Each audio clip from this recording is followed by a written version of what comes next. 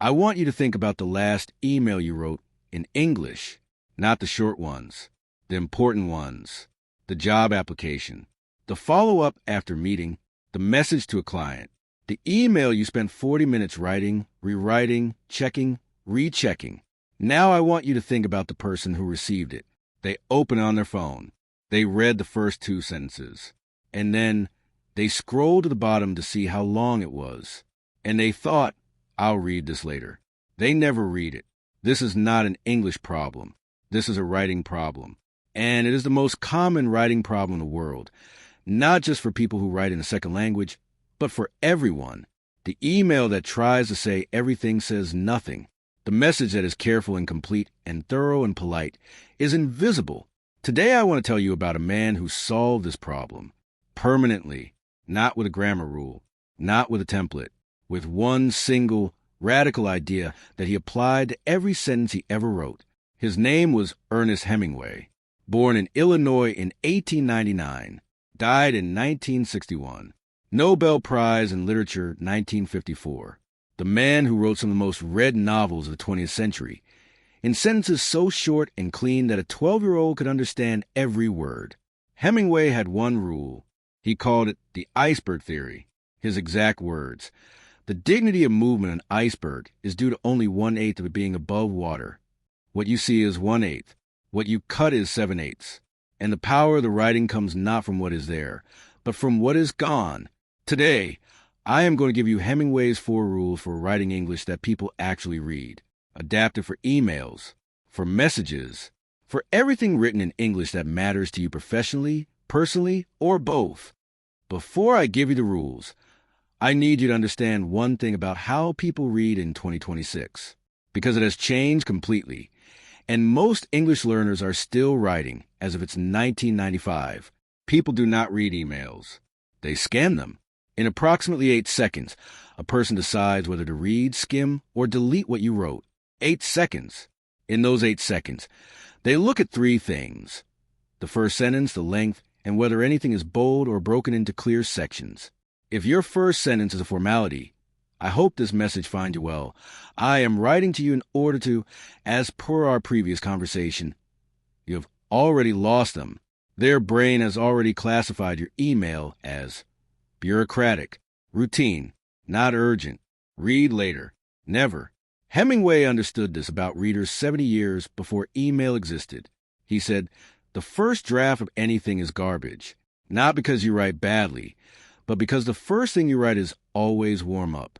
The real message starts later, and your job as a writer is to find where the real message starts and delete everything before it. Let me show you how. Rule 1, 1 sentence. One idea, full stop. Hemingway almost never used a word, and to connect 2 thoughts in the same sentence. If 2 things belong together, he wrote 2 sentences. Short, clean, separate. Compare these 2 versions of the same message. Version A. I wanted to follow up on our conversation from last Tuesday, and I was thinking that maybe we could schedule a call to discuss the proposal further. And also I had a few questions about the timeline that I wanted to go over with you when you have a moment. Version B. Following up on our Tuesday conversation, I have 2 questions about the timeline. Can we schedule a call this week? Same information. Completely different impact. Version B takes 4 seconds to read. It is impossible to misunderstand. It asks for one specific thing, and it respects the time of the person reading it. Hemingway's sentence rule, applied to your English. Every time you write, and in an email, stop. Ask, are these 2 separate ideas? If yes, make them 2 sentences. Period. New line.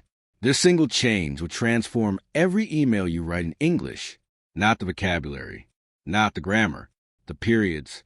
Rule 2. Cut the first paragraph. Always. This is the rule that will feel the most wrong when you first try it, and it is the one that will make the biggest difference. Hemingway had a habit. After finishing any piece of writing, he would delete the first paragraph, not edit it, delete it, because he knew, from decades of writing, that the first paragraph is almost always warm-up. It is your brain getting comfortable with the topic. It is you explaining to yourself what you are about to say. The reader doesn't need that. The reader needs what comes after. in emails, the first paragraph almost always looks like this. I hope you're doing well.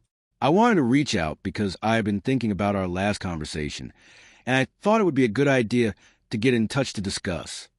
Delete all of that. Start with sentence 1 of your second paragraph. That is where your email actually begins. Try it right now with the last email you wrote. Open it. Find paragraph 2. Does your email start there? Almost certainly. Yes. Everything before it is noise. The rule: write the whole email. Then delete the first paragraph. Every single time. Without exception. Rule 3. Replace every long word with a short one. Hemingway said, "Poor Faulkner. Does he really think big emotions come from big words?" He didn't. He believed the biggest emotions come from the smallest, most precise words. Words everyone knows. Words no one questions. In professional English, there is enormous pressure to sound sophisticated, and that pressure leads most learners to write sentences like this. I would like to hereby confirm my availability for the aforementioned meeting and express my appreciation for the opportunity to discuss this matter further. What that sentence actually means: I can make the meeting, thanks for inviting me. 6 words. Everything else is noise. Polite noise, but noise. Here is Hemingway's test for every word you write. Is this the simplest word that says exactly what I mean? If there is a simpler word, use it. If there is no simpler word, keep it. The replacements that matter most in professional English. Replace utilize with use. Replace facilitate with help. Replace in order to with to. Replace at this point in time with now. Replace with regard to with about. Replace please do not hesitate to contact me with write me anytime. Each replacement saves 3 to 8 words per sentence. In a 10-sentence email, that is 30 to 80 words gone, and every word that disappears makes every remaining word stronger. Rule 4. Stop one sentence before you think you're done. This is Hemingway's most counterintuitive rule, and the one most relevant to English learners, who tend to add extra sentences at the end of emails to soften, qualify, reassure, and apologize for whatever came before. The ending of most professional emails in English looks like this. Please let me know if you have any questions. I am happy to discuss further if needed. Thanks so much for your time, and I look forward to hearing from you. Best regards. For sentences, 0 content. The writer is not saying anything. They are apologizing for having said something. They are filling space to avoid the discomfort of stopping. Hemingway ended things when the thing was done, not when he felt comfortable. When it was done, in your emails, find your last real sentence, the sentence that contains your last real thought or request. Stop there. Delete everything after it. Sign your name. The email that ends too soon feels confident. The email that ends with 3 apology sentences feels uncertain. Confidence, even in a second language, comes from knowing when to stop. Let's do this together. I want you to rewrite the following email using all 4 Hemingway rules. Here's the original. Hi, David. I hope this email finds you well. I wanted to follow up regarding the proposal I sent last week, and I was wondering if you had a chance to take a look at it, and if you had any thoughts or feedback that you could share with me when you have a moment. I think it would be really useful to have a call to go over things. If that works for you, please let me know if you have any questions. Thanks so much for your time. Now apply the 4 rules. 1 idea per sentence. Delete the first paragraph. Replace long words with short ones. Stop when you're done. Here is the Hemingway version. Hi, David. Did you get a chance to look at the proposal? I have a few questions. Can we talk this week, 20 minutes? 43 words became 20. Every word that stayed is there for a reason. The reader knows exactly what you want, and they will reply, now your challenge. Take the last important email you wrote or received in English. Apply the 4 rules.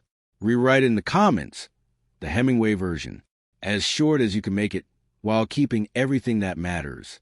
I will read every single one, and I will reply to the ones that get it right, because that kind of live practice, rewriting real English in a real comment section, is worth more than any textbook exercise you have ever done.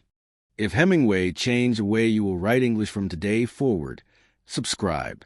Turn on the bell, because next week We are going somewhere completely different. Not a writer, not a philosopher, not a world leader, a negotiator. The man who spent decades inside the most dangerous conversations in the world, hostage situations, kidnappings, life and death standoffs, and came out with a method for getting what you want in any conversation, without raising your voice, without arguing, and without giving anything up. Chris Voss, former FBI hostage negotiator, author of Never Split the Difference, and the man who discovered that the most powerful phrase in any negotiation, in any language, including English, is not "I agree." It's "That's right." I'm going to show you exactly how to use his method in your English conversations, at work, in difficult situations, with anyone who has something you need. Subscribe. Don't miss it. And until then, write less, say more, stop before it's comfortable. Like Hemingway. I'll see you next week.